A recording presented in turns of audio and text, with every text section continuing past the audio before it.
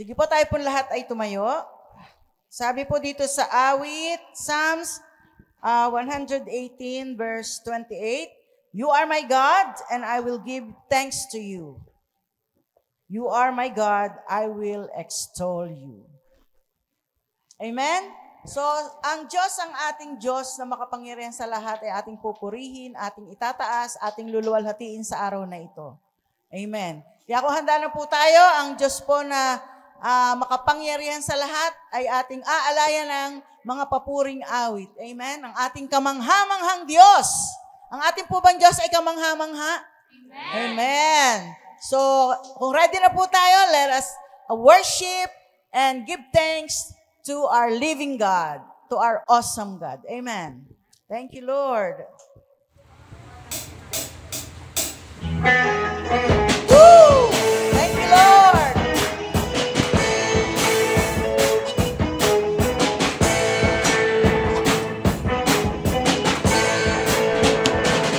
Here in this house of the great King, we come together now to worship Him. This house is built on Christ's rock, cannot be shaken, cannot be shaken.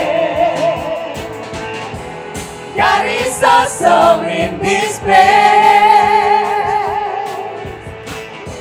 We sense His presence as we sing His praise. There is power here for a miracle. Set the captives free, make a broken heart. God is awesome. He's so awesome. God is awesome in this place. Amen. Woo! Hallelujah. Here in this house of the great King, we come together now to worship Him. This house is built on Christ's rock, cannot be shaken, cannot be shaken. God is awesome in this place. We sense His presence as we sing His praise. There is power here for a miracle. Set the captives free, make a broken heart. God is awesome. He's so awesome. God is awesome in this place. Oh, yes, Lord. You are awesome. Thank you, Jesus.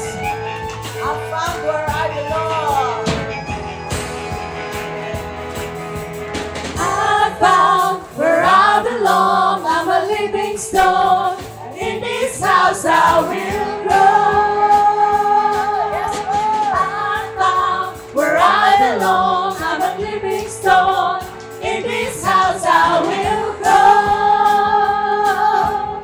I found where I belong. I'm a living stone. In this house I will grow. I found where I belong. I'm a living stone. In this house I will grow. There is power here for a miracle. Set the captives free, make a broken heart. God is awesome. He's so awesome. God is awesome. He's so awesome. God is awesome. He's so awesome. God is awesome in this place. Woo! Amen, Lord. You are awesome, Lord. Hallelujah. Panginoon, maraming salamat po. Dahil sa oras na ito, nararanasan po namin ang iyong presensya. Truly, Lord, that you are awesome in this place. Kaya patuloy po nating purihin, awitan, itaas, pasalamatan ang great high priest natin. Walang iba kundi ang ating Panginoong Jesus. Amen. Thank you, Lord. Hallelujah.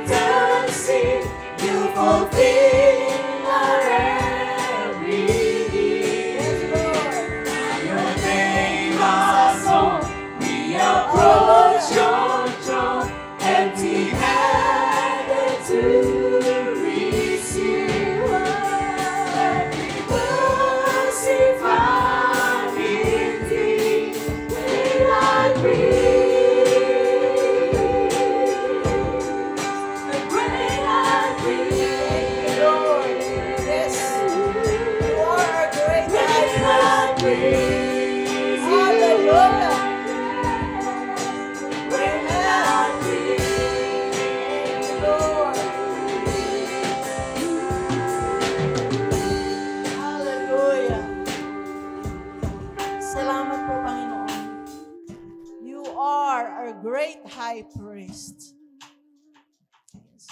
Salamat po because you care for us. Thank you, Lord, for loving us. Thank you, Lord, for choosing us. Salamat sa pagmamahal mo po sa amin. Narito kami because pinili mo kami. Iniligtas mo kami, Panginoon. Ayaw mo kaming mapahamak. Kaya salamat po sa kaligtasan na ipinagkaloob mo po sa bawat isa sa amin. Salamat po na kahit hindi kami karapat-dapat, makasalanan kami, marumi kami, pinili mo kami, minahal mo kami. Kaya we are so thankful, Lord. We are so grateful because you love us. At nawa, tulungan mo kami to love you more, to love you with all of our hearts. Huwag kami maging hypocrite. Huwag kaming maging pasaway. Tulungan mo kaming maging masunurin sa kalooban mo. Maraming salamat po, Panginoon. At sa oras pong ito po ay para sa iyo. We dedicate this time to you, Lord. Nawa ang bawat salita na amin pong maririnig sa oras na ito ay magkaroon po kami ng realization na magbago ng aming mga pag-iisip, ng aming puso, ng aming buhay. Tulungan mo kaming magbago, hindi po namin kaya. We are weak. Mahina po kami, Panginoon. Lagi po kaming nagfe-fail. But because you loved us, alam po namin na tutulungan mo kami na magbagong buhay. Tutulungan mo kami na maging maayos sa iyong harapan. Tulungan mo kami na every day of our lives, ikaw lang po ang aming unahin. Ikaw po ang aming i-priority sa aming mga buhay. Salamat po, Panginoon. Alam po namin that you are here because 2 or 3 who are gathered together in your name, you are there in the midst of them. And we are more than 2, we are more than 3, Lord. That's why we acknowledge that your Holy Spirit is with us today. We welcome you. Thank you, Lord. Salamat po dahil alam po namin, ang araw na ito ay isang matagumpay na araw because you are here and we are praising you. We are giving you thanks. We are exalting you, O God. Kaya maraming salamat po. Tanggapin mo po lahat ng papuri, pasasalamat at lahat ng kaluwalhatian. Sa pangalan ni Jesus. Amen and amen. Palakpakan po natin ang best clap ang ating Panginoon. Thank you, Lord. Napakabuti ng Lord. Amen. So, samahan niyo po ako sa pagbabasa po ng ating pag-aaralan sa araw na ito. Wala pala. Makikita po natin sa Hebrews 7, verses 11 to 19. Sige po, dalawahan po ang ating pagbasa. Alternate po tayo, dalawahan po ng verses. Simulan ko po. Now, if perfection had been attainable through the Levitical priesthood, for under it the people received the law, what further need would there have been for another priest to arise after the order of Melchizedek, rather than one name after the order of Aaron? For when there is a change in the priesthood, there is necessarily a change in the law as well. For the one of whom these things are spoken belongs to another tribe, from which no one has ever served at the altar. For it is evident that our Lord was descended from Judah, and in connection with that tribe, Moses said nothing about priests.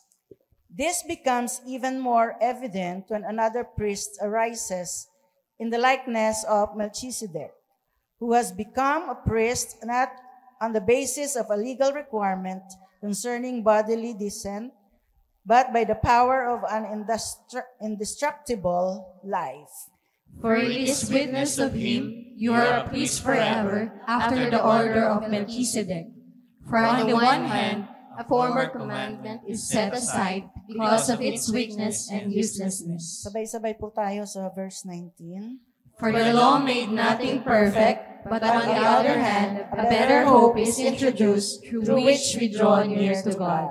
Pinagpala po ng Panginoon ang pagkabasa ng kanyang banal na salita. Pwede na po tayong maupo at ihanda na po natin ang ating puso, ang ating isipan sa pakikinig ng salita ng Diyos. Magandang maga po sa bawat isa. Ang Diyos po ay hindi naging tahimik sa pamamaraan kung paano tayo lalapit sa Kanya. Batid ng Diyos na ang taong nabubuhay na hindi siya makikilala ay magkakaroon siya ng isang buhay na walang direksyon, buhay na walang kahihinatnang maayos.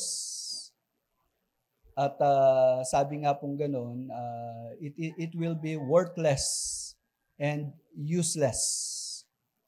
Ngunit ang napakagandang bagay po sa ating Diyos, ipinaalam niya ang kanyang kalooban at ipinaalam niya kung paano tayo pwedeng makalapit sa Kanya.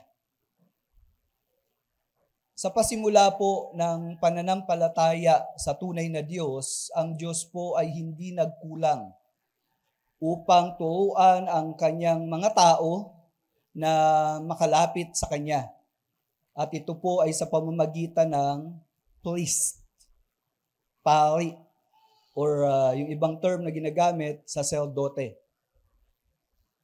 Kaya naman po ang paglapit ng ordinaryong tao sa Diyos ay nakadepende kung sino ang iyong priest.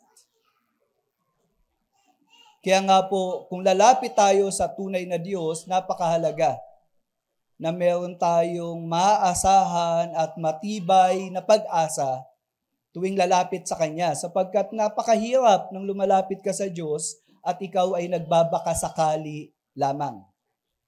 Ang paglapit po sa Diyos ay hindi po misteryo, sapagkat ipinaalam ng Diyos kung paano tayo makakalapit ng lubusan sa Kanya at makikinabang sa mga bagay na plinano at ninanais ng Panginoon para sa Kanyang nilikha.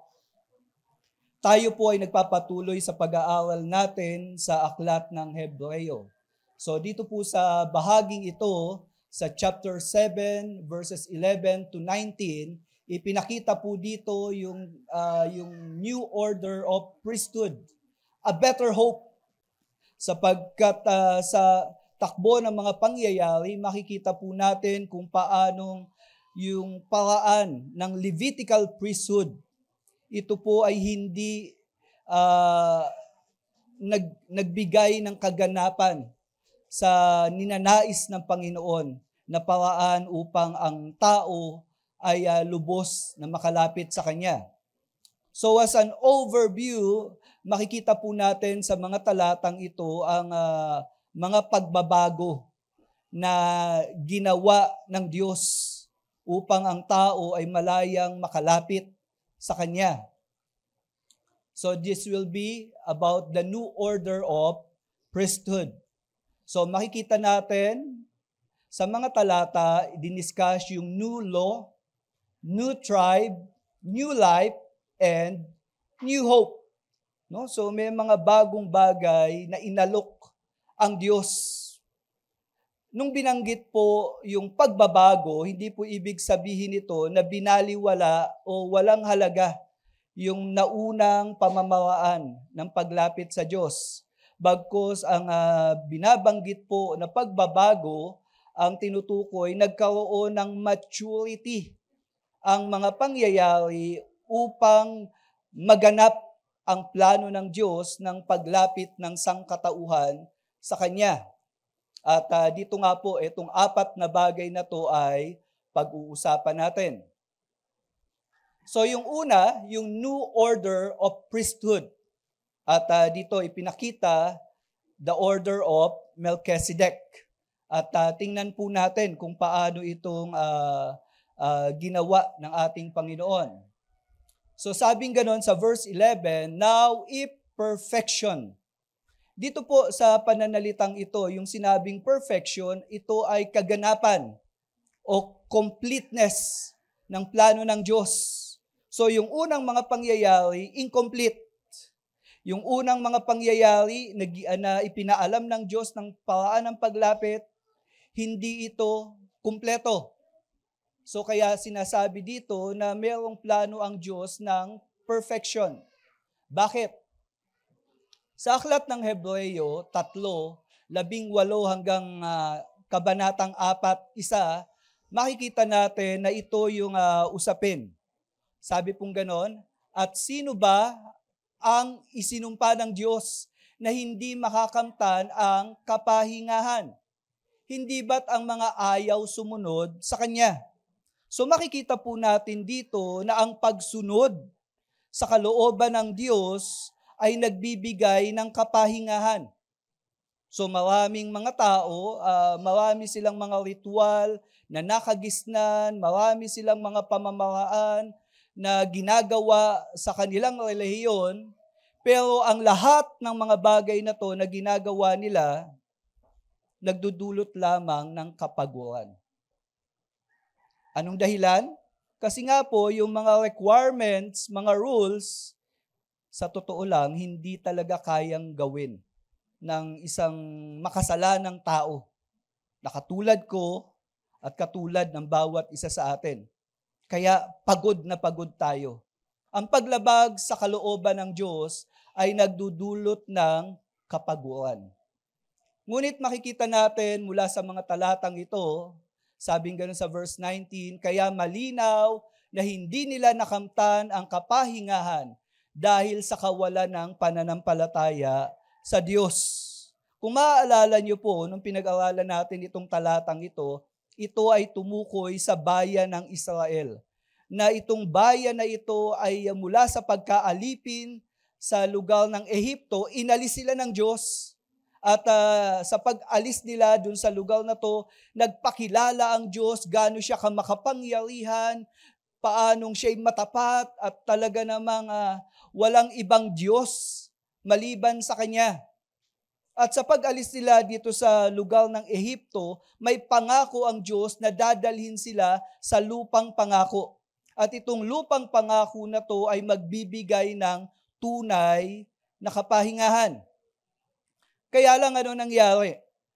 Sa panahon ng kanilang paglalakbay, marami sa kanila ang nagpahayag na ayaw nilang sumunod sa pamantayan at panuntunan ng Diyos. O mas magandang sabihin, hindi nila kayang sumunod sa pamantayan at alituntunin ng Diyos. At ang dahilan, ang sabi dito sa talata, wala silang pananampalataya sa Diyos. Naniniwala ka bang may Diyos? Alam niyo po ba, maski ang demonyo naniniwalang may Diyos. Kaya kung naniniwala ka lang sa Diyos at wala kang pagsunod sa kalooban ng Diyos, it means to say, you are a person without faith. Yung pananampalataya mo, hindi totoo. Your faith is fake. At dahil sa ganitong kalagayan, makikita natin, hindi sila nakapasok sa kapahingahan. Ngunit sa sumunod na mga talata, ito po yung nabanggit. Sa chapter 4 verse 1, ngunit kahit na ganoon ang nangyari sa kanila, nanatili pa rin ang pangako ng Diyos na makakamtan natin ang kapahingahan mula sa Kanya. So makikita po natin dito, ang Diyos matapat Nung sinabi niyang nais niyang dalhin sa kapahingahan ang mga tao niya, sa kabila ng kanilang pagiging makasalanan, sa kabila ng kanilang pagsablay, sa kabila ng pagrebelde nila, yung pangako ng Diyos, nariyan pa rin. Kaya nga sa bawat isa sa atin, nagiging kabiguan ka ba sa harapan ng Diyos? Marami ka bang mga ginagawa na hindi ka lugod-lugod sa harapan ng Diyos? Sa kabila po ng ganyang kalagayan, ang Diyos ay patuloy na nag-aalok, may kapahingahan. Kaya lang ang tanong, lalapit ka ba? Mananampalataya ka ba? Kaya nga po ito ang babala. Kaya mag-ingat tayo at baka mayroon sa atin na hindi magkakamit ng pangakong ito.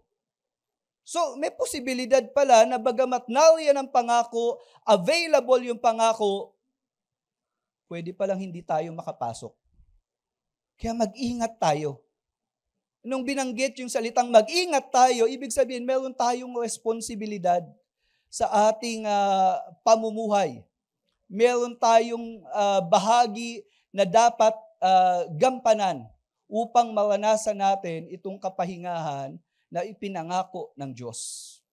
At dito nga po makikita natin na ang pangakong ito ay magkakaroon ng kaganapan sapagkat may plano ang Panginoon.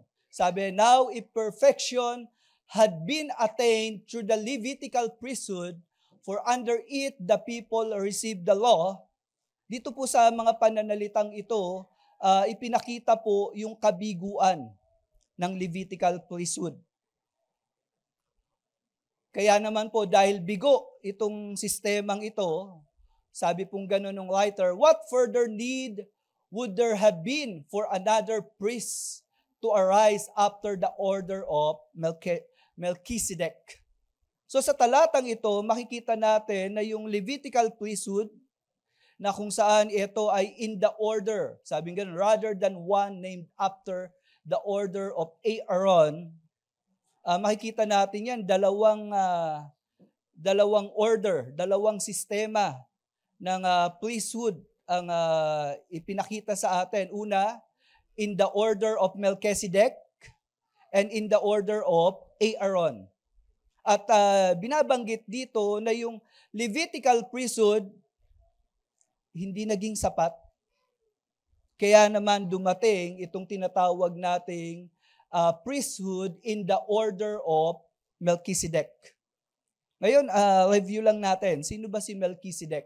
Sabing ganoon sa Kabanatang 7, sa unang talata ng Hebreo, ang Melchizedek na ito, hari ng Salem at pari ng kataas-taasang Diyos. So, nung binanggit na in the order of Melchizedek, ang ibig sabihin, yung pari ay hari din naman. At ito ang kailangan upang ang isang tao na sumampalataya sa Diyos ay magkaroon ng tunay na kapahingahan. Kailangan yung kanyang pari ay hindi lang pari na namamagitan sa Diyos at sa tao, kundi siya rin dapat ay hari. At dito ipinapakilala na ito'y magaganap sa pamamagitan ng pagpapakilala sa isang pari na hari which is in the order of Melchizedek. So, new order ang ipinakita. Ang sumunod, makikita natin, new law. Bakit? Sabing ganon, for when there is a change in the priesthood, there is necessarily a change in the law as well. So, bakit kailangang magpalit yung law? Yan pong pangyayari na yan ay ipinaalam na ng Diyos sa pamamagitan ni Jeremias. Nabanggit po ang pagbabago ng pakikipag-ugnayan ng Diyos sa tao. No, ito po yung maturity ng pakikipagrelasyon ng Diyos sa sangkatauhan. Sabi pong gano'n sa mga talatang ito, sinabi pa ng Panginoon, darating ang panahon na gagawa ako ng bagong kasunduan sa mga taga-Israel at taga-Huda. So ang mga Israel at ang Huda, sila yung kinikilala natin na ito yung church ng ating Diyos sa lumang tipan. At itong mga tao ng Diyos ay pinangakuan na isang bagong kasunduan o isang bagong pakikipagtipan ang gagawin ng Diyos. At sabi pang ganon, at hindi ito katulad ng unang kasunduan na ginawa ko sa kanilang mga ninuno nung pinatnubayan ko sila sa paglabas sa Ehipto. Kahit na ako'y parang asawa nila, hindi nila tinupad ang una naming kasunduan. So ganito inilarawan yung pagtataksil ng bayan ng Diyos. Tulad sa mag-asawa ang pakikipagrelasyon ng Diyos sa kanyang bayan. Pero anong ginawa ng bayan ng Israel? Tinalikuran nila ang Diyos. Pinagpalit nila ang Diyos. At meron nga pong mga pagkakataon, hindi naman nila pinagpalit ang Diyos, kundi humanap pa sila ng ibang Diyos na sasambahin nila. Ibang Diyos na paglilingkuran nila. At ito ay katumbas ng pagtataksil. At dahil sa mga pangyayaring ito, ang Diyos ay may plano ng isang bagong pakikipagkasundo sa kanyang mga tao. Tuloy pa natin. Sabing ganun sa verse 33, sinabi pa ng Panginoon ito, bagong kasunduan na gagawin ko sa mga mamamayan ng Israel pagdating ng araw na yon, eto po yon, itatanim ko sa isipan nila ang utos ko at isusulat ko ito sa mga puso nila. Pansinin niyo po, itong bagong kasunduan, lilikha ng bagong pagkatao. At itong bagong pagkatao nito ay mayroong tanim sa puso. Sabi nga pong ganon, kung ano ang nasa puso mo, yun ang lalabas sa'yo. Ito ang mga madalas mong babanggitin, ito yung bibigyan mo ng prioridad, ito ang papahalagahan mo, kasi yun ang nasa puso mo eh. At itong kasunduang ito ay lilikha ng isang bagong puso na kung saan na yung panuntunan ng Diyos, yung batas ng Diyos, nasa puso na ng tao. Kaya nga sabing ganon, hindi na nila kailangan pang turuan ang mga kababayan o kapatid nila sa nakilalanin ang Panginoon, sapagkat kikilalanin nila akong lahat mula sa pinakamababa hanggang pinakadakila, sapagkat patatawarin ko ang kasamaan nila at lilimutin ko ang mga kasalanan nila. Ano ang hadlang sa Diyos at sa tao? Di po ba yung kasalanan natin? Di po ba ang nagiging hadlang sa paglapit natin sa Diyos yung ating mga katiwalian? Yung hindi natin pagsunod sa utos ng Diyos. At dahil sa kasalanan, ang tao ay nalayo sa Diyos. Pero itong bagong kasunduan ay lilikha ng pangyayari na kung saan ang kasalanan ay mapapatawad. Ang ating mga ginawang kalikuan, pagrebelde sa Diyos, para bagang kalilimutan ng Panginoon. Ganun ang gagawin ng Diyos. Of course, hindi nakakalimot ang Diyos. Wala naman siyang sakit na amnesia. Na alam niya yon, pero inilarawan niya na itong bagong kasunduan, parang lilimutin na ng Diyos ang ating mga kasalanan. At alam natin, naganap yan sa pamamagitan ng kamatayan ng Panginoong Hesus sa krus ng Kalbaryo.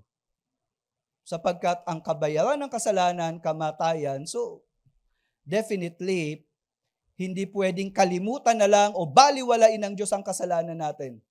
Upang maligtas ang mga sasampalataya, kinailangang may magbayad sa kasalanan. At ganoon yung kasunduan na magaganap. So dito makikita natin yung new law of priesthood. At hindi lang yon. Ang tagapagligtas ay ipinakilala. Sino ba ang pwedeng maging saserdote o pari? Dito po sa talata na sumunod, ipinakilala na ito ay galing sa tribo ng Huda. Sabi pong ganun sa verse 13, for the one of whom these things are spoken belong to another tribe, from which no one has ever served at the altar. So, yung magiging saserdote, hindi galing sa mga Levites. So, sa relihiyon ng Judaism na ipinagawa ng Diyos sa mga Israelita, ang Levita, yung lahi ng Levites, sa kanila humihirang ng mga ginagawang pari. At yung lahi nila nakatalaga para maglingkod sa Diyos. Ganito po ang sistema na ginawa ng bayan ng Diyos upang sila ay manatiling makalapit kay Yahweh. Kaya lang, makikita po natin, sabing ganon, yung dadating na saserdote in the order of Melchizedek, hindi siya galing sa lahing ito. Sabi pong ganon sa verse 14, "For it is evident that our Lord was descended from Judah." So dito, binabanggit ng aklat ng Hebreo at sa marami pang mga naunang talata, ang tinutukoy na saserdote is none other than Jesus. At dito niliwanag niya, galing siya sa lahi ng Huda. Sabing ganun sa aklat ng Mikas 5:2. Ito po'y nasa lumang tipan. Sinabi ni Yahweh, "Ngunit ikaw, Bethlehem, Ephrathah, bagamat pinakamaliit sa mga angkan ng Huda, ay magmumula sa iyong angkan ang isang mamumuno sa Israel." Pansinin niyo po ito, mga kapatid.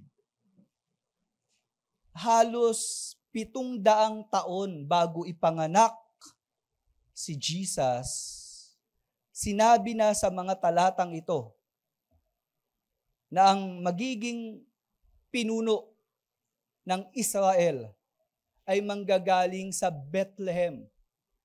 At ito ay galing sa angkan ni Huda. Ito po ang kaibahan ng pananampalataya natin. Yung ating author and founder of faith, hindi pa ipinapanganak sa mundong ito, pinag-uusapan na siya. At dito po sa talatang ito, ipinapaalam kung saan siya ipapanganak. Sa mga founder ng pananampalataya, maliban sa Kristyanismo, alam niyo po ba yung mga founder na yon, nakilala lang nung kanilang itinayo yung relihiyon nila. No, andyan po si Gautama Buddha, andyan po si Confucius ng Confucianism, andyan si Muhammad ng nagtayo ng Islam, andyan, napakaraming mga taong ito na nakilala lang nung itinayo yung relihiyon nila. Pero itong tagapagligtas natin at ipinapakilalang dakilang saserdote o pinakapunong saserdote, hindi pa siya pinapanganak, ipinaalam na saan siya ipapanganak. At kaninong lahi siya galing? Nabanggit po dito. Kaya mga kapatid, ang pananampalatayang meron tayo, hindi po gawa-gawa lang ng tao. Kilos po ng Diyos yan. Kaya kung magdududa ka pa sa pananampalatayang meron tayo at hahanap ka pa ng ibang relihiyon para maging malapit sa Diyos, hindi ka makakarating sa tamang gusto mong patunguhan. Sapagkat malinaw ang sabi ni Jesus, "Ako ang daan, ang katotohanan at ang buhay. Walang makakaparoon sa Ama kung hindi sa pamamagitan ko." At mula po diyan, sa aklat ng Pahayag, chapter 22, verse 16, makikita po natin si Jesus, ganito niya ipinakilala ang sarili niya nung siya ay nakikipag-ugnayan kay Apostle John upang ipakita ang mga pangyayari sa hinaharap.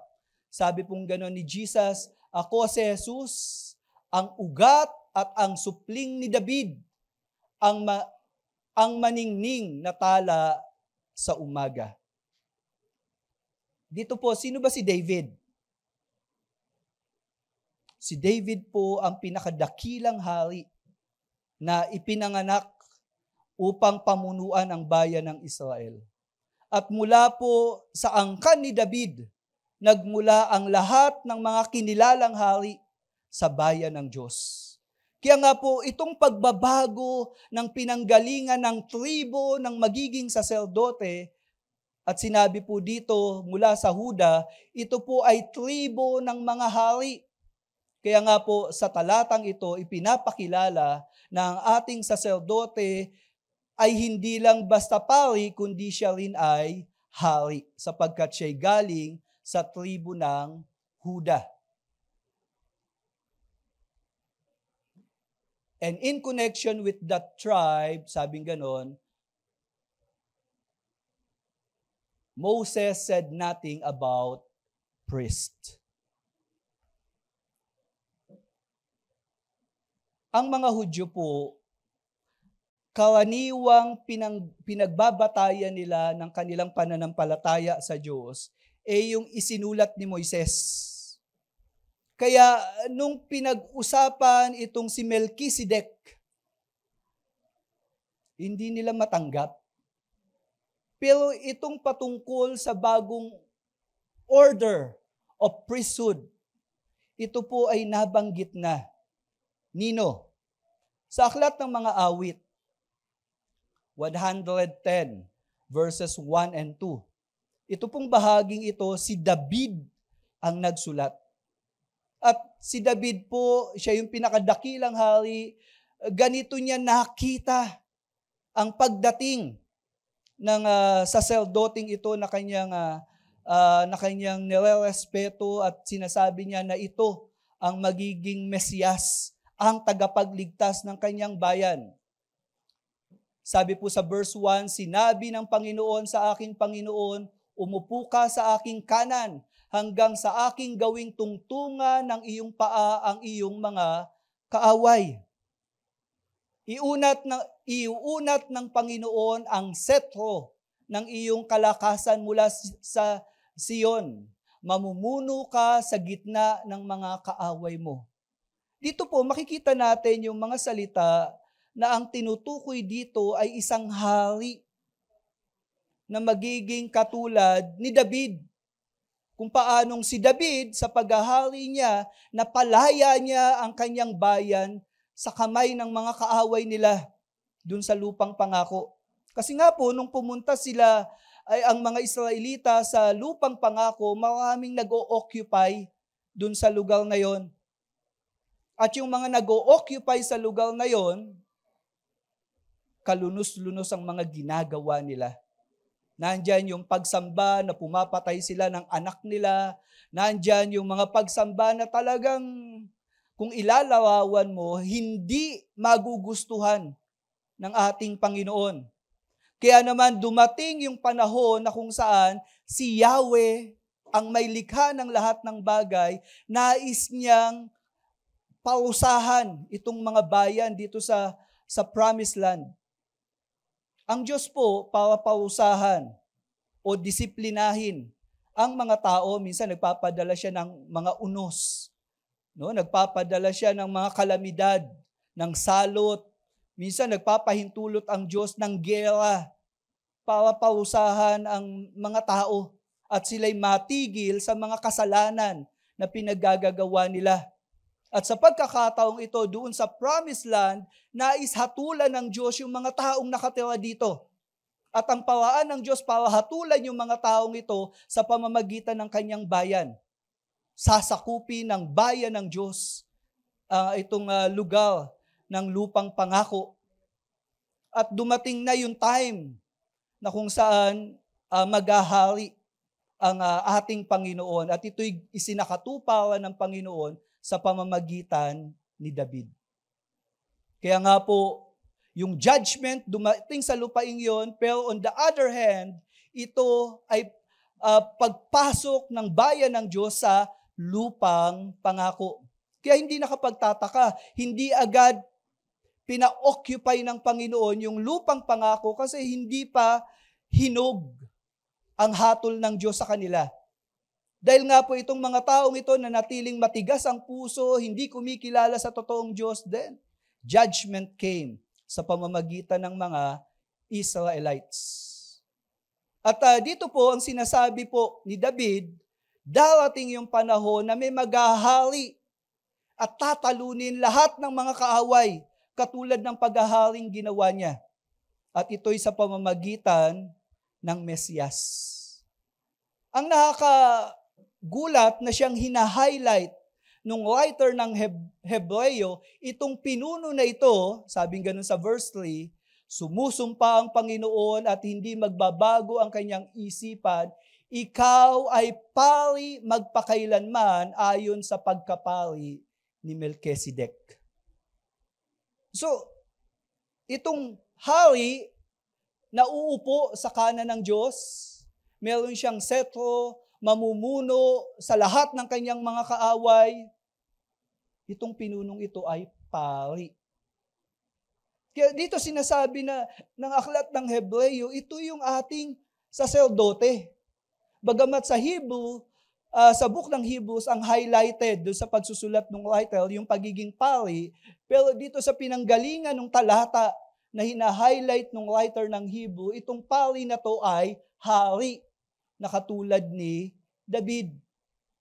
So, wala mang nabanggit si Moises patungkol dito sa lahi o sa order of Melchizedek na pamunuan, si David mismo ay may binanggit patungkol dito. Kaya matibay na katotohanan at dapat panghawakan ito ng mga mananampalataya sapagkat ipinaalam ng Diyos na darating itong ganitong uri ng saserdote na siya ring hari. So, new tribe. And then, bakit ba siya kinilala? Anong kaibahan nitong hihiranging pari? Ito po yung binanggit, new life. Indestructible life. Sabi pong ganun sa verse 15, this becomes even more evident when another priest arises in the likeness of Melchizedek. So, hari at pari, no? Who has become a priest not on the basis of legal requirements concerning bodily descent. No, kasi nga po, hindi siya galing sa angkan ng mga Levita. But by the power of an indestructible life. Pag sinabing indestructible, hindi ibig sabihin hindi siya namatay.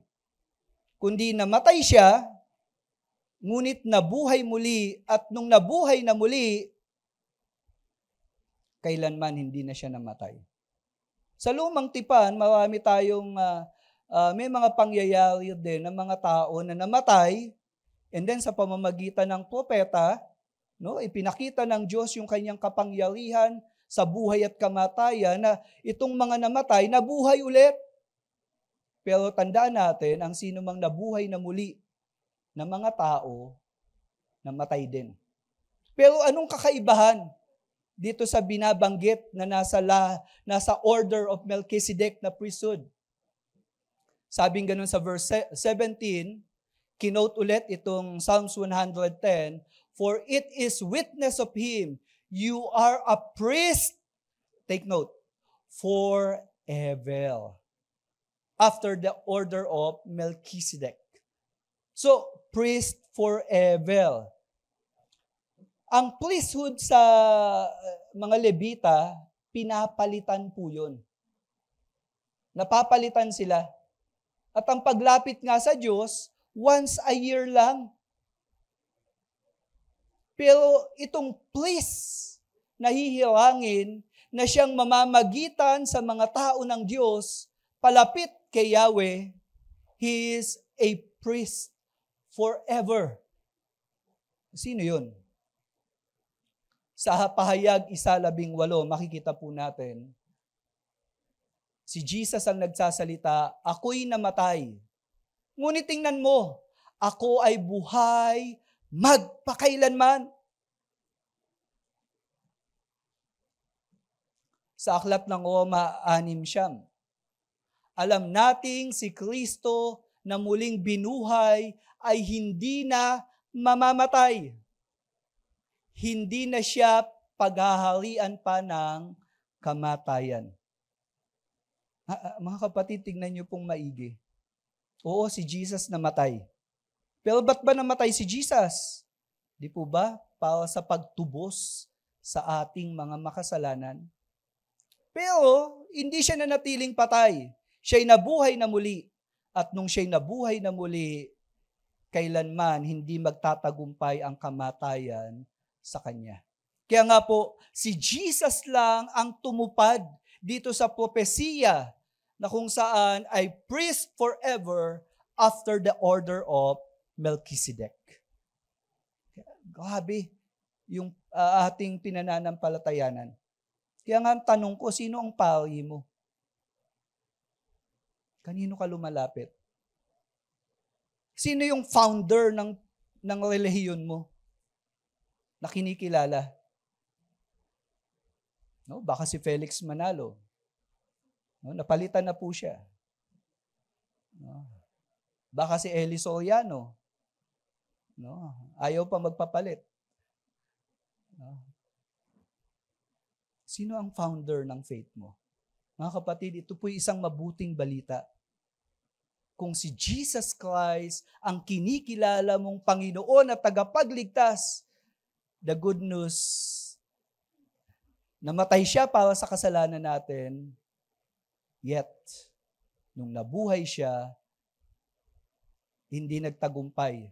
Hindi na magtatagumpay ang kamatayan sa kanya. New life. And then dahil po sa pangyayaring yan, we have a new hope. A better hope. Kaya nga po, sabing ganon sa mga talata, for on the one hand, a former commandment is set aside because of its weakness and uselessness. Former commandment. Saan ba galing yung mga commandment na pinanghawakan ng mga Israelita? Di po ba sa Diyos din? Pero bakit sinasabi dito na yung mga commandments, ito ay mahina at useless?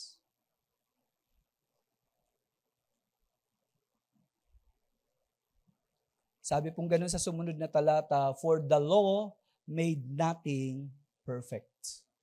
Ano bang intensyon? Bakit may binigay pang mga utos ang Diyos kung hindi rin naman maaayos yung buhay natin?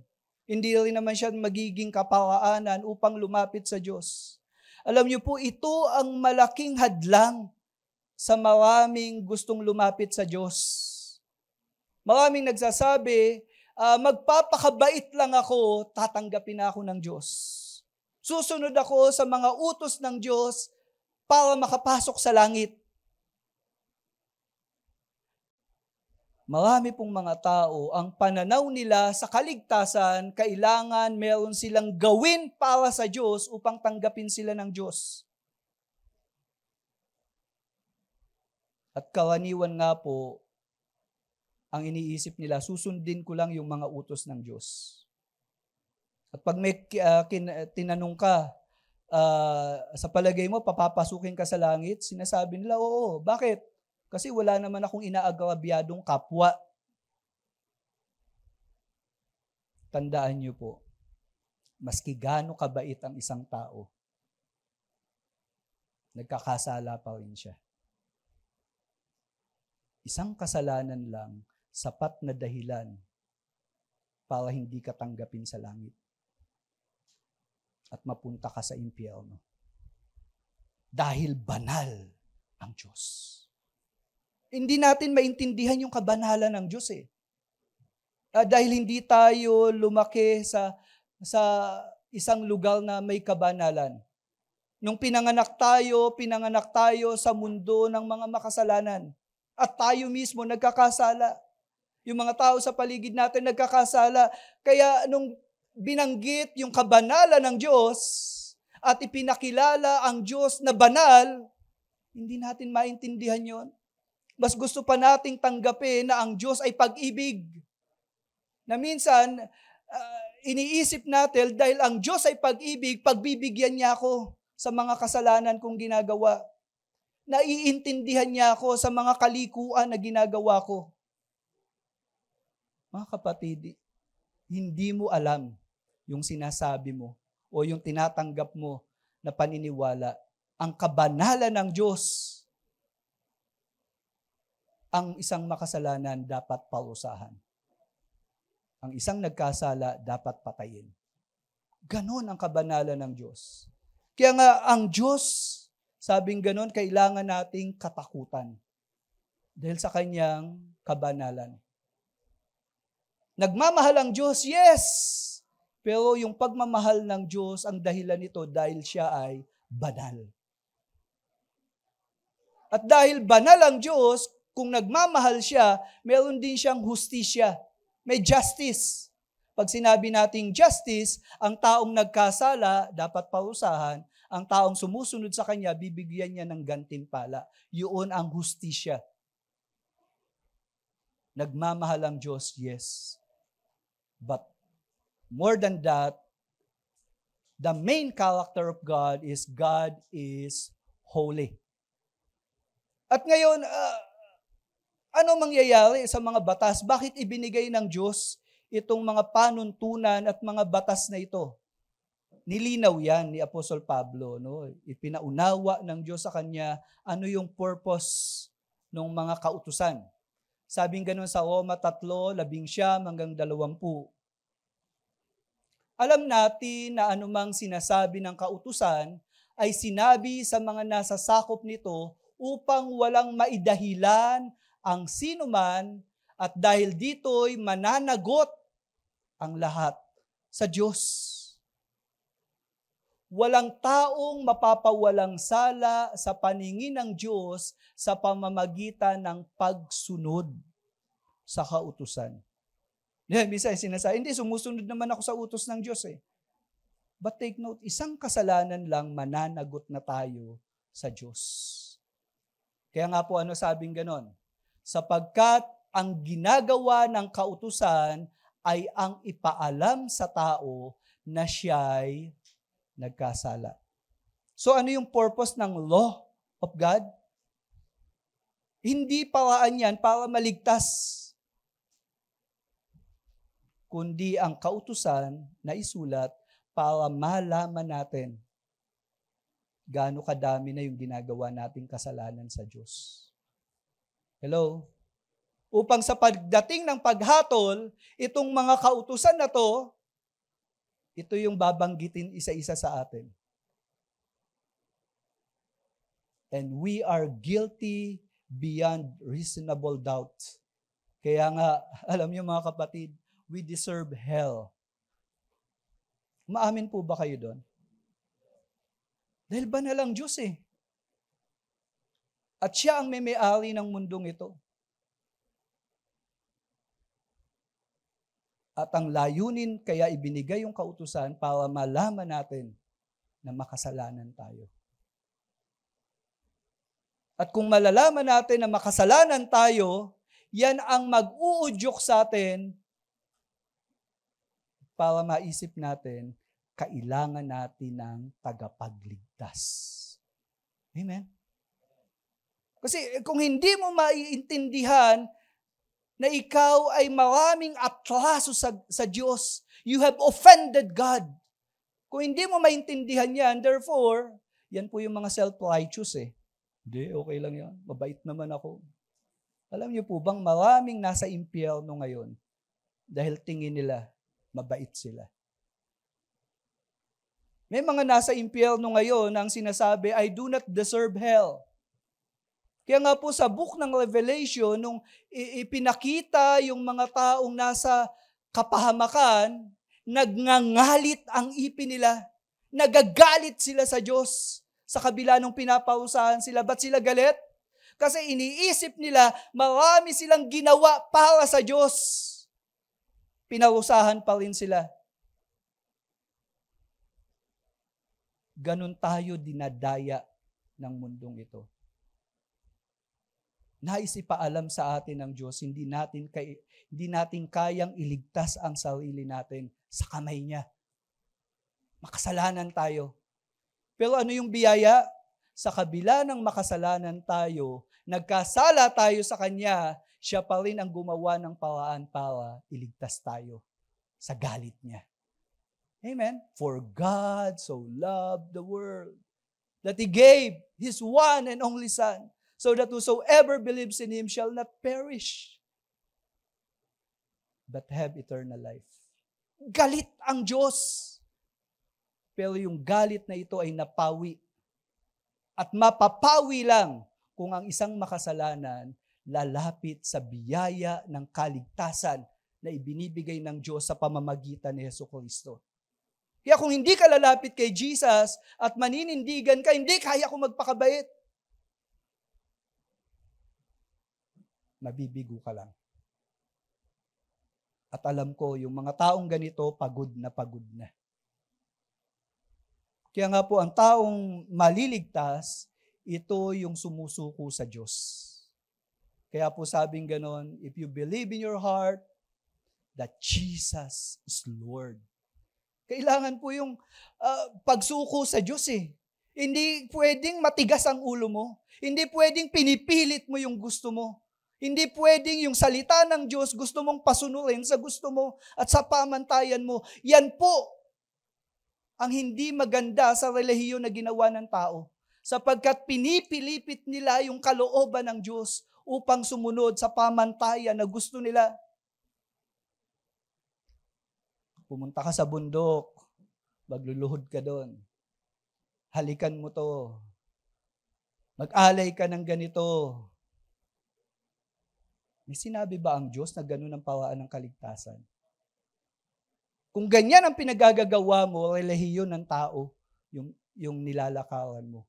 At kailanman hindi ka maliligtas. Kaya nga po sa huling araw, sabing gano'n sa Mateo 7, 21 hanggang 23, hindi lahat ng tumatawag sa akin ng Panginoon, Panginoon, ay papasok sa aking kaharian. At magsasabi ang iba, sabihin nila, nangaral kami sa pangalan mo. Nagpagaling kami ng mga may sakit sa pangalan mo. Gumawa kami ng himala sa pangalan mo. Sabi ni Jesus, sasabihin ko sa kanila, hindi ko kayo kilala kailanman. And then, itatapon sila sa dagat-dagatang apoy. Susunugin sila. Kasi nga po, ang pagpasok sa langit, hindi sa pamamagitan ng ginawa natin para sa Diyos. Kundi makakapasok lang tayo sa langit kung ipagkakatiwala natin yung buhay natin dito sa dakilang saserdote. At ito ang sinasabi sa mga talatang ito. Yung kautusan, hindi siya naglagay sa tao sa kalagayan na malulugod ang Diyos sa kanyang buhay kung ang usapin ay kaligtasan. Ngayon, kung tayo ay ligtas na, isa pang gamit ng kautusan, ipinapaalam sa atin, dahil ligtas ka na, no? Take note, ligtas ka na, ang kautusan po dapat nating lakawan upang ang Diyos ay mabigyan natin ng kasiyahan. At yung kakayanan para sumunod sa utos ng Diyos, ito po'y nagaganap sa isang taong ipinanganak na muli. Sapagkat ang kapanganakang muli, ito ay isang supernatural intervention of God. It is a miracle of all na kababalaghan sa paligid natin. Ang tao hindi niya kayang magbago, but the moment he got born again, he is born by the Spirit. Yung kakayanan upang sumunod sa utos ng Diyos, nagagawa niya na. Yung pagnanais na sumunod sa utos ng Diyos, nararamdaman niya na. Yung pagsunod sa kalooban ng Diyos, nagiging natural na sa kanya. Bakit? Kasi ang isang taong na born again, habang nakikilala niya ang Panginoon, nai-inlove siya sa Panginoon. Amen? Are you in love with Jesus? O relihiyoso ka lang? Kailangan sumunod ako, kailangan gawin ko ito, Sa isang ipinanganak na muli, ginagawa mo ang pagsunod sa Panginoon dahil mahal mo siya. Example na lang, sa magulang nyo. Kung mahal mo yung magulang mo, maski ano iutos niyan, pagbibigyan mo siya. Di po ba? Minsan nga, nagsasakripisyo ka para sa kanya. Kasi mahal mo siya. Sa mga nanay na lang, di ba nagsasakripisyo ka para sa anak mo? Wala ka namang bayad sa pamamalansya, wala kang bayad sa paglalaba, hindi tumataas ang sweldo ng mga nagluluto sa bahay, pero ginagawa mo pa rin yan. Bakit? Anong motivation mo? Mahal ko kasi yung mga anak ko. Hello? At ganoon ang tunay na relihiyon. nagmamahal sa Diyos. Amen? At ganito po, hindi kayang gawin ng kautusan yon. Ngunit nagaganap yon sa isang taong iniligtas ng Diyos. Kaya nga po, ang isang tao na nag-aangkin, na sinasabi niya, ligtas na ako, pero hindi sumusunod sa pamantayan at alituntunin ng Diyos, nakakapagtaka po yun. Ayaw niya magbasa ng Biblia. Ang Bible, diyan magpapakilala si Lord. Diyan mo malalaman kung ano yung kalooban ni Lord. Tapos ayaw mo magbasa. Alam niyo po, nung na-inlove ako sa ex-girlfriend ko, pag sinulatan niya ako, kasi hindi pa uso dati yung mga text-text eh. Alam niyo, tinitignan ko maigi. Binabasa ko yun, paulit-ulit pa nga eh. Tapos pag meron siyang ni-request, alam niyo, pagbibigyan ko siya eh. Noon nga pong minsan, bumaha sa buong Makati eh. Nag-request siya, sunduin mo ko, hindi ako makauwi. Alam niyo, mas kinabaha at nakikipagsiksikan ako sa jeep, pagsakay ko ng LRT, talagang kiskisan kami doon. Pagbaba ko sa tren, lakad ako sa baha. Walang masakyan papuntang Makati, nilakad ko. Wala pang cellphone nun. Telepono lang. Naganap ako ng phone booth. Pagtawag ko dun sa opisina nila, wala nang sumasagot. Tumawag ako sa bahay nila. Nakauwi na. Pero alam niyo, okay lang. Sabi ko, okay lang kasi safe ka naman. Diba? Hindi kunyari yun, totoo yun. Natuwa ako kasi nakauwi na siya. Pero ako, nakitulog ako sa bahay ng pastor namin. Kasi na-stranded ako eh. Pero alam niyo, ba't ko ginawa? Motivated by love. Di ba? Kaya alam niyo, mula noon, sabi ko, kung ginawa ko to para sa babae na tinatangi ko, dapat mas higit doon ang gagawin ko para kay Lord. Pag sa Panginoon na, dapat mas higit doon. Kaya nga, bagamat mahal ko yung ex-girlfriend ko, sinasabi ko sa kanya, pangalawa ka lang. Hindi ka pwede maging una. Dahil kilala ko ang aking tagapagligtas. Mahal na mahal ko ang aking Panginoon. Mga kapatid, ito ang ginagawa ng Diyos sa buhay ng totoong sumasampalataya sa Kanya. Hindi batas yun. Pag-ibig yun na nilikha ng Diyos. Amen? Hindi kayang gawin ng law yun. Kaya nga dito sinasabi, for the law made nothing perfect. But on the other hand, sabing ganon, a better hope is introduced through which we draw near to God. Actually, ito naman talaga ang usapin pagka pinag-usapan ang relihiyon. Nakakalapit ka ba sa totoong Diyos? Pag sinabi nating religion, it means restoration of relationship to God. Yun po ang religion. Yun ang technical na definition noon. Yung iba kasi, sinasabi natin, wala akong relihiyon. Sa totoo lang, yung pakikipagrelasyon sa Diyos, that is a religion. Okay? Kaya lang, merong religion na tao ang gumawa. Pero itong relihiyon na meron tayo, hindi idea of man. Hindi tao ang gumawa. Ito'y galing sa Diyos. Kaya nga po, highlighted sa atin, may relihiyon tayo technically, pero ang totoo na sinasabi natin, meron akong relasyon sa Diyos. Kasi ganun dapat ang resulta ng totoong relihiyon, pakikipagrelasyon sa Diyos. Amen? At dito po ang binabanggit sa atin, yung pakikipagrelasyon, paglapit sa Diyos. At ito pong pangyayaring ito ay napag-usapan na sa unang mga talata.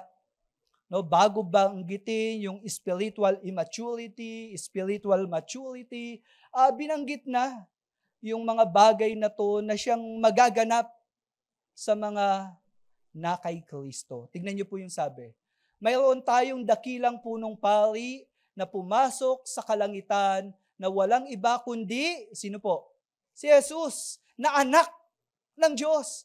Alam niyo po, wala nang ibang may titulo ng ganyan eh. Si Jesus lang eh.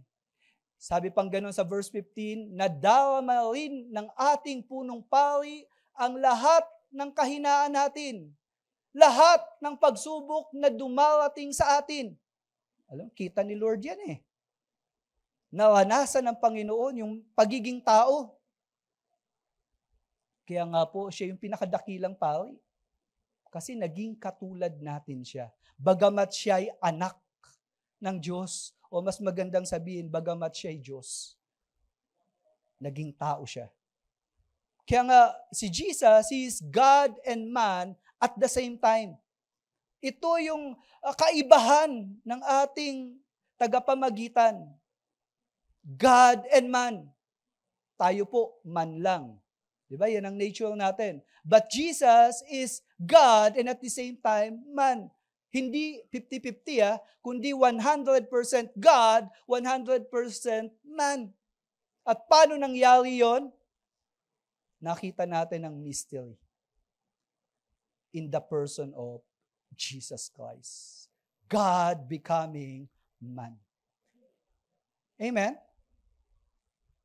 Kaya po naintindihan natin siya. At dahil dito, tignan niyo po yung sabi sa verse 16, kaya wag tayong mag-atubiling lumapit sa trono ng maawaing Diyos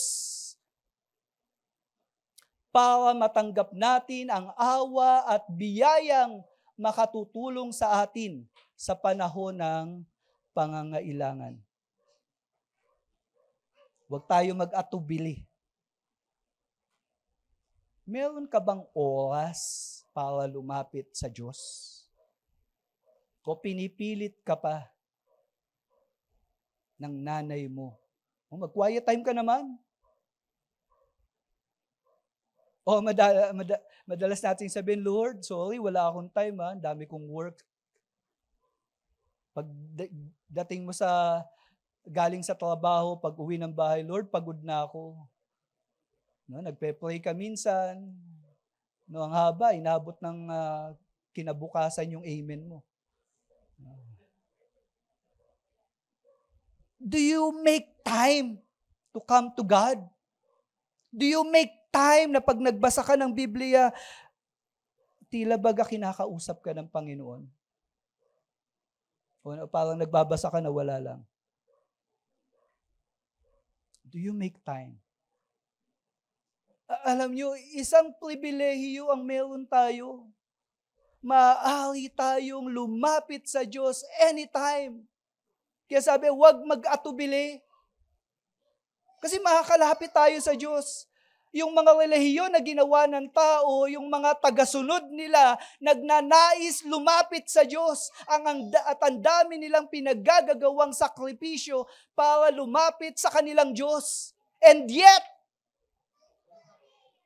they are worshiping false God.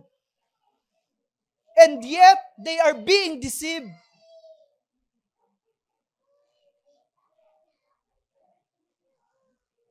Mga kapatid, minsan sabihin, ay, daig pa tayo ng Jehovah kasi yung Jehovah nagpa-follow up palagi. No, nagbabahay-bahay. Hello? Daig pa tayo ng Muslim 3 times a day. Nagpe-pray. Maski nasa workplace, naglalatag ng banig, lumuluhod, nagdididi pa. Hello? Mga kapatid, when you close your eyes and think about God, alam niyo po, maski nasa CR ka, pumapasok ka sa presensya ng Diyos. When you read your Bible meditatively, kinakausap ka ni Lord eh. We have an access to the throne of grace. Kunin natin yung mga pagkakataon na yon. Alam niyo po ako, may mga instance habang nagpe-pray ako, nagbabasa ako ng Word of God, minsan nagiging emotional ako eh. I can sense the presence of God. May binabasa ako, minsan may biglang pumapasok sa isip ko na ito pala yun, naintindihan ko kung sino ang Panginoon. Sabi ko, Lord, access to the presence of God. Do you take time Kung gusto mong mabago yung pagkatao mo, take time in the presence of God. Kung gusto mong mapagtagumpayan yung kasalanang pinagagagawa mo, yung katigasan ng ulo mo, yung pagrebelde mo sa Diyos, take time to be in the presence of the Holy God. Babaguhin ka niya. Circumstances may not change instantly, but in the presence of God, you are being changed.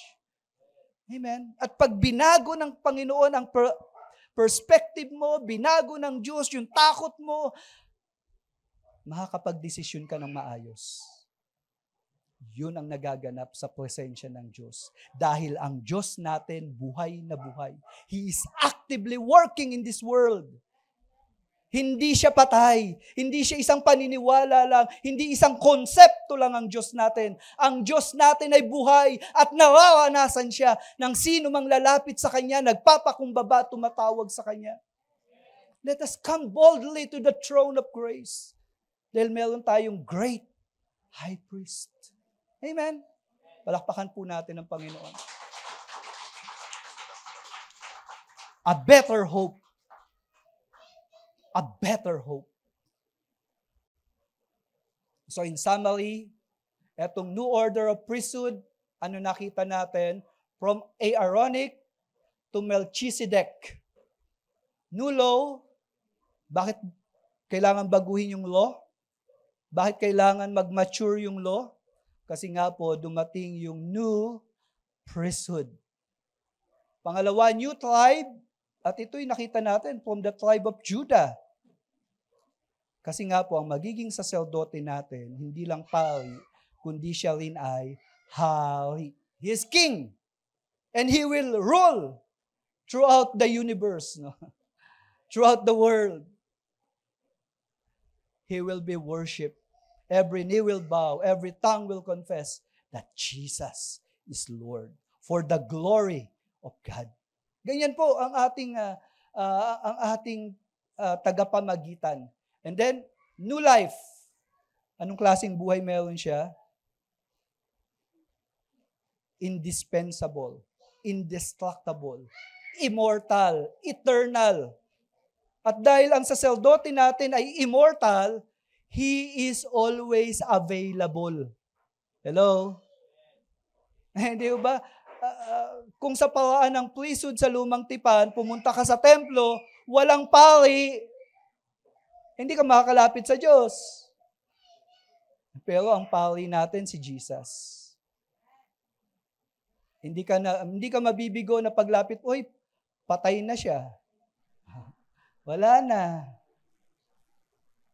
Ito pong pari natin, oo, namatay, pero he was raised to life. At kailanman hindi mamamatay. Kaya nga ang Panginoon natin, always available. Amen? And then, new hope. Ibig sabihin nito, he is accessible. Anytime, anywhere, ano man ang sitwasyon mo, may access. Minsan may computer, hindi ko mabuksan eh. No? Kasi wala akong access code. Pero alam niyo po, kay Jesus, accessible. Pwede kang lumapit sa presensya niya. Kaya nga po, mula po sa mga katotohanan ito, we have a better hope. Amen? Much better than the Levitical priesthood. Much better than the religion na kung saan ang tagapamagitan, tao. Better hope. So as an application, gamitin ko po yung unang Pedro 3:14-15 in view of this better hope. Pero kung uusigin kayo dahil sa kabutihang ginagawa nyo, mapalad kayo. No, inuusig ka kasi sumusunod ka kay Lord. Naninindigan ka sa pamantayan niya, sa panuntunan niya. Kumbaga, dinadala mo ang kaharian ng Diyos sa eskwelahan, sa workplace mo, sa tahanan mo. Pag nanindigan ka sa mga katotohanan ng salita ng Diyos, maski sa trabaho mo, nandoon ang kaharian ng Diyos. Kaya lang, you will be persecuted. Pero the moment that you are being persecuted, ito yung sabi ni Apostle Peter, huwag kayong matakot o mag-alala sa anumang gagawin nila sa inyo.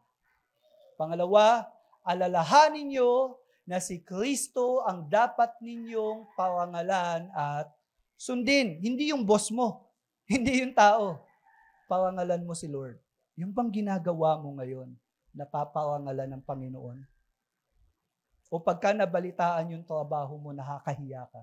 Kasi sinasabi mong Christian ka and yet, hindi ka tumitigil sa gawain na yan.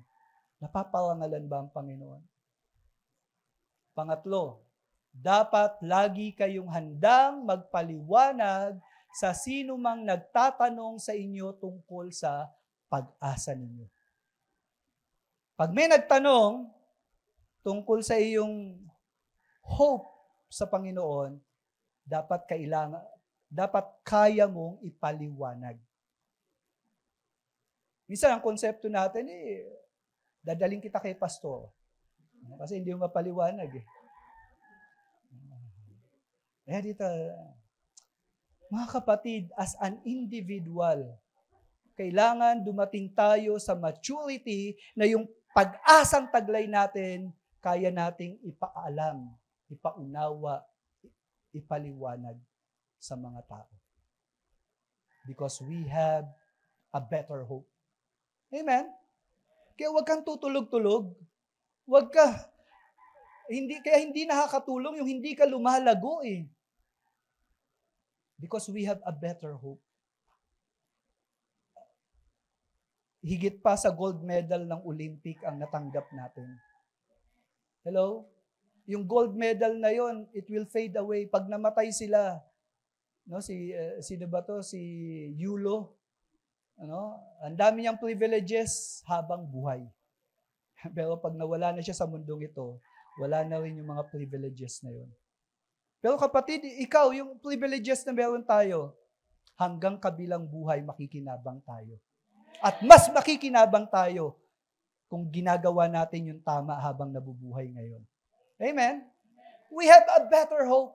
Kaya nga po as a challenge, in view of this better hope, share your idea on why Jesus is a better priest than human priest. Yun lang naman kasi sino ba ang priest mo? Kung nananatili ka pa sa relihiyong ginawa ng tao, hindi si Jesus ang iyong priest. Gusto ng Panginoon 100% na pagsampalataya sa Kanya. How will you share to others this truth that you have learned to have Jesus as available and accessible as our priest? Paano mo i-share yan? Maraming mga tao, hindi nila alam yun Kaya nga yung mundo natin, ang gulo-gulo Kasi hindi nila kilala yung katotohanan. Maraming nagkiklaim na Christian, ayaw manindigan sa pagiging Christian. Nakakatakot yun. Mga kapatid, kumpleto na yung ginawa sa krus ng Kalbaryo. Mga kapatid, yung banal na spirito, isinugo sa atin. Kaya nga po, mula sa pananaw na to, tandaan po natin, we have a better hope. Dahil meron tayong great high priest na kung saan He is eternally alive. Amen? A better hope. Pwede po bang tumayo tayong lahat? Pwede po bang magpasalamat lang kayo sa Panginoon? Come on. Just come to the Lord and thank God for this better hope. Hallelujah. Oh, yes. Thank you, Jesus. Thank you.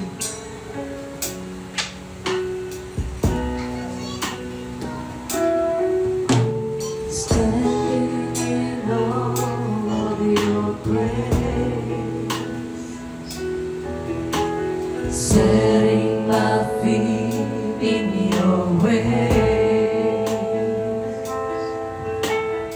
entering into your presence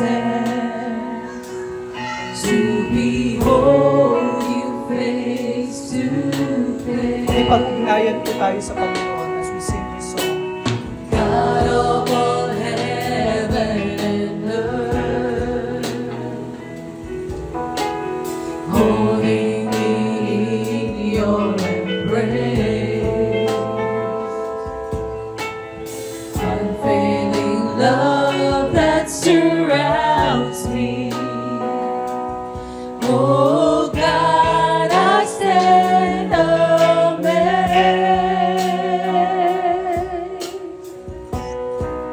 My Jesus, my Lord, you're the love of my life. Wherever you go, wanna be by your side. No longer I, but Christ living in me, serving you for all eternity. My eyes set on you in this race that I run. No longer my ways, let your will be done. Make me a servant, my heart's ever true. Leading to the cross, I'll follow you. I'll follow you. Once again, come on, let's sing this song to the Lord.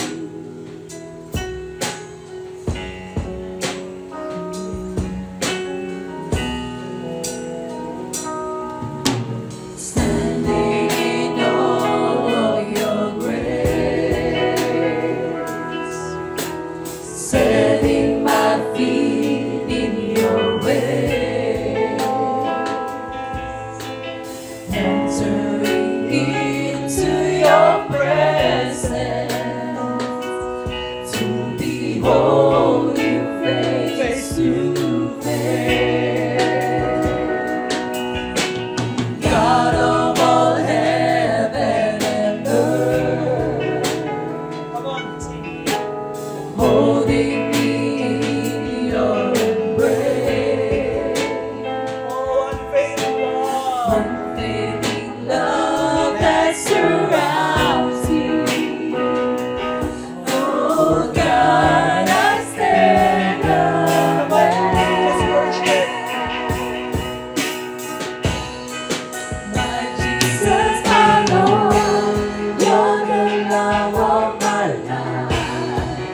Wherever you go, wanna be by your side. No longer I, but Christ living in me, serving you for all eternity. My eyes set on you in this race that I run. No longer my ways, let your will be done. Make me a servant, my heart's ever true. Leading to the cross, I follow you. My Jesus, my Lord, you're the love of my life. Wherever you go, wanna be by your side. No longer I, but Christ living in me, serving you for all eternity. My eyes set on you in this race that I run. No longer my ways, let your will be done. Make me a servant, my heart's ever true. Leading to the cross, I follow. My Jesus, my Lord, you're the love of my life.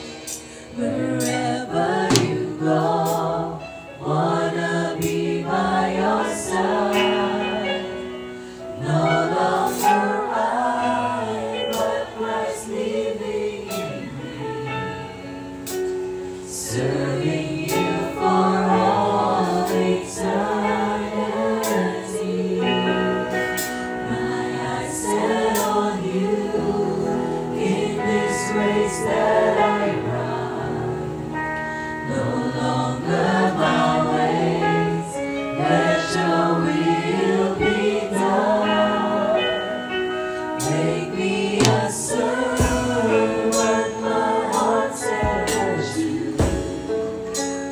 Clinging to the cross, I follow you.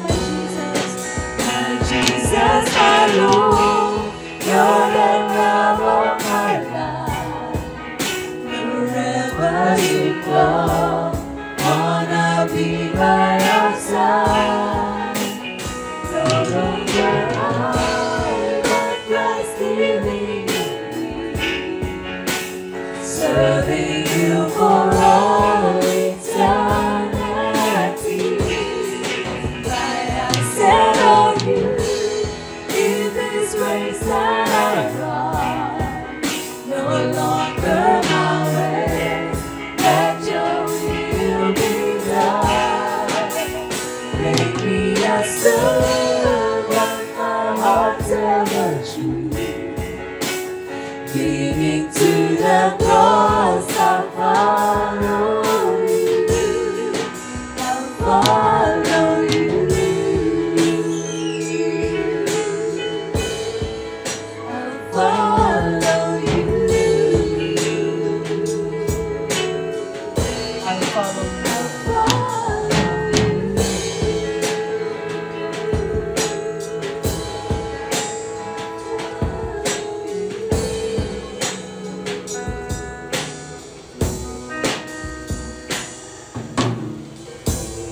Oh Jesus.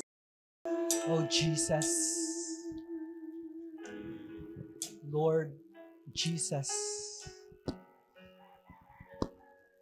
Salamat, Panginoon. Salamat at kayo po ay naging masunurin sa inyong Ama. Pinili nyo ang pagliligtas sa mga makasalanan na katulad namin. Hindi kami karapat-dapat sa iyong harapan. Hindi namin kayang sumunod sa pamantayan at alituntunin na inyong ibinigay. At naunawaan po namin na ang iyong mga batas, ang mga utos, ay iyong ibinigay upang makita namin ang aming pangangailangan sa tagapagligtas. Panginoon, salamat dahil po nagpakilala kayo sa amin. Salamat dahil lumapit kayo sa amin. Salamat, Panginoon, dahil tinulungan mo kaming makita ang aming kalagayan na kalunos-lunos sa harapan mo. Salamat, Panginoon, dahil binigyan mo kami ng kakayanan upang magsisi sa aming mga kasalanan. Salamat dahil tinuturuan mo kaming magpakumbaba at tanging sa iyo magpasakop. Salamat, Panginoon, dahil tinanggap mo kami kung sino kami, makasalanan. Panginoon, isang bagong buhay, isang bagong pag-asa ang taglay namin. A better hope. Kaya naman, Panginoon, tulungan mo kami na pakamahalin ka namin ng buong puso, buong isip, buong lakas. At sa pag-ibig namin sa iyo, ay ibigin din namin ang aming kapwa gaya ng aming sarili. Alam namin, hindi ito nasasakop ng batas na ipinahayag ni Moises, kundi ito ay bunga ng iyong Espiritu na nagbabago ng aming mga buhay. Salamat sa pag-ibig mo. Salamat sa kapayapaan, kagalakan. Salamat, Panginoon. Tunay na dakila ka. Panginoon, sa bawat isa na narito ngayon,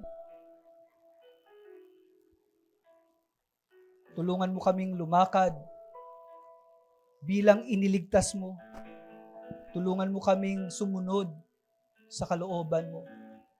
At batid namin na naroon ang tunay na kapahingahan. Kung meron po kami mga kasama dito na napapagod na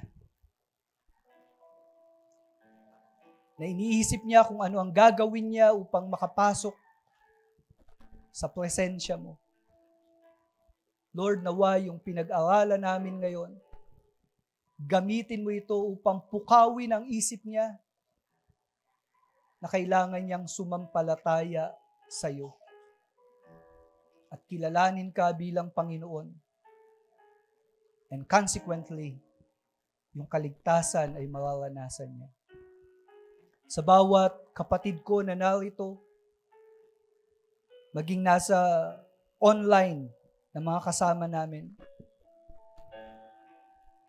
Salamat, Panginoon, sa iyong presensya. Sa bawat isa na narito, tanggapin niyo po ang pagpapala ng ating Panginoon. Sa ating Diyos na hindi nagbabago noon, ngayon, at magpakailanman, ang hindi nakikitang Diyos ay nagpakahayag sa pamamagitan ni Jesucristo na naging katulad natin bagamat siya ang anak ng Diyos. Nawa ang biyaya at pagpapala ng kaligtasan ay maranasan ng bawat sumasampalataya, na mapagtagumpayan ang anumang uri ng buhay makasalanan at matuto na magpakumbaba sa tuwing nagkakasala, matutong magsisi sa kasalanan at talikdan ang kasamaan. Nawa ang biyaya ng Diyos ay sumagana sa bawat isa na narito, na maranasan natin ang ating Diyos na buhay magpakailanman. May the Lord bless you and keep you, and may the face of the Lord shine upon you, and may the gracious hand of our God be upon you in the fellowship of His Spirit, in the name of the Father, and of the Son, and of the Spirit. Everybody says and agree. Amen. Amen. Amen. A blessed day to each and every one of you. At meron po tayong wrap session. If you can make time, alam niyo po, mas magbe-benefit po tayo ng marami sa mga bagay na pinag-aralan natin ngayon. Bakit po may Gospel Coalition Church? Ano pong mission natin? Our mission is glorify God. Paano po yun? By proclaiming the gospel until we all attain the whole measure of the fullness of Christ. Sa madaling salita, anong gagawin natin? Sharing Christ, Changing lives. Sabihin niyo po sa katabi niyo, sharing Christ. Sa isa pang katabi, Tagalog naman, no, ipakilala si Kristo na kapagbabago ng buhay. Amen? A blessed day po. Once again, a round of applause po sa Lord. Amen.